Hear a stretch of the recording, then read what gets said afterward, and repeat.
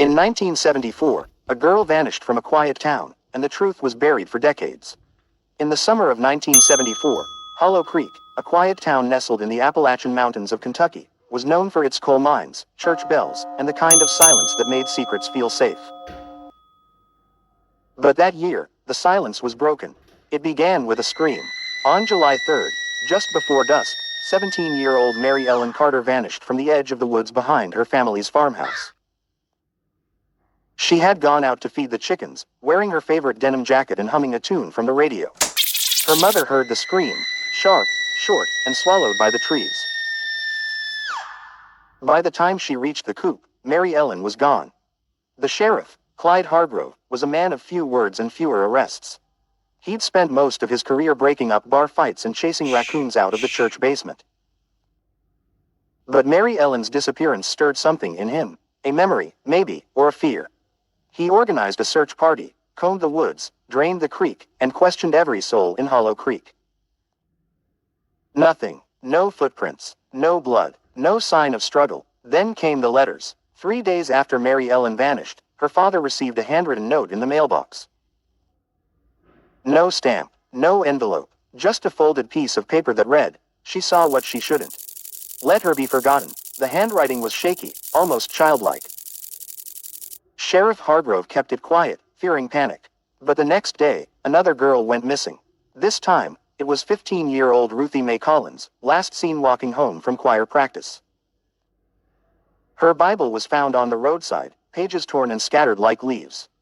The town was gripped with fear. Parents kept their children indoors. The church held nightly vigils.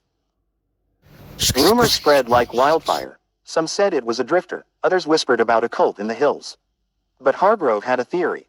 He remembered a case from 1959, long before he wore a badge. A young woman named Clara Jean had vanished under similar circumstances. Her body was never found, but her diary had surfaced weeks later, hidden in a hollow tree. It spoke of a man with a limp, a cabin deep in the woods, and a secret she was never supposed to know. Hargrove reopened the old case. He found the diary in the evidence locker, yellowed and brittle. The last entry read, "He watches from the trees. He knows I saw him bury it." Bury what? The sheriff followed the clues, retracing Clara Jean's steps. He found the hollow tree, still standing, and beneath it, freshly disturbed earth. He dug. What he found chilled him to the bone. A box. Inside, photographs. Black and white, grainy, but clear enough. Girls, bound, afraid, and in the corner of each photo, a shadow, a man with a limp. Hargrove knew who it was. Earl Dunning had lived on the outskirts of Hollow Creek for decades.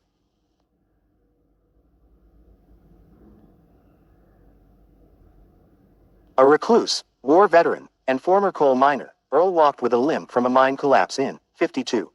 He was quiet, polite, and invisible. But the sheriff remembered something else. Earl had worked security at the mine where Clara Jean's father was foreman. And he had been questioned in her disappearance, but never charged. Hargrove drove to Earl's cabin, deep in the woods.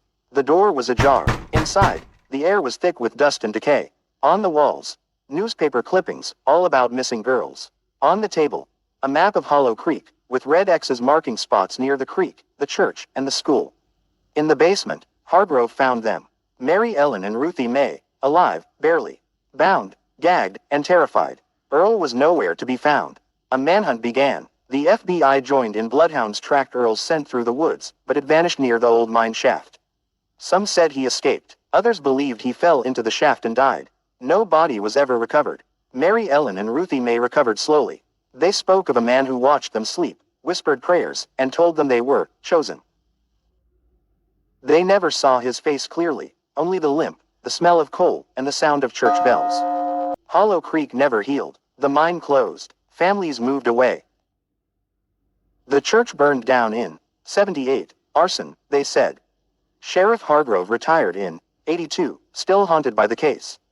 And every July, someone leaves a folded note on the steps of the old sheriff's office. Quote. "She saw what she shouldn't. Let her be forgotten."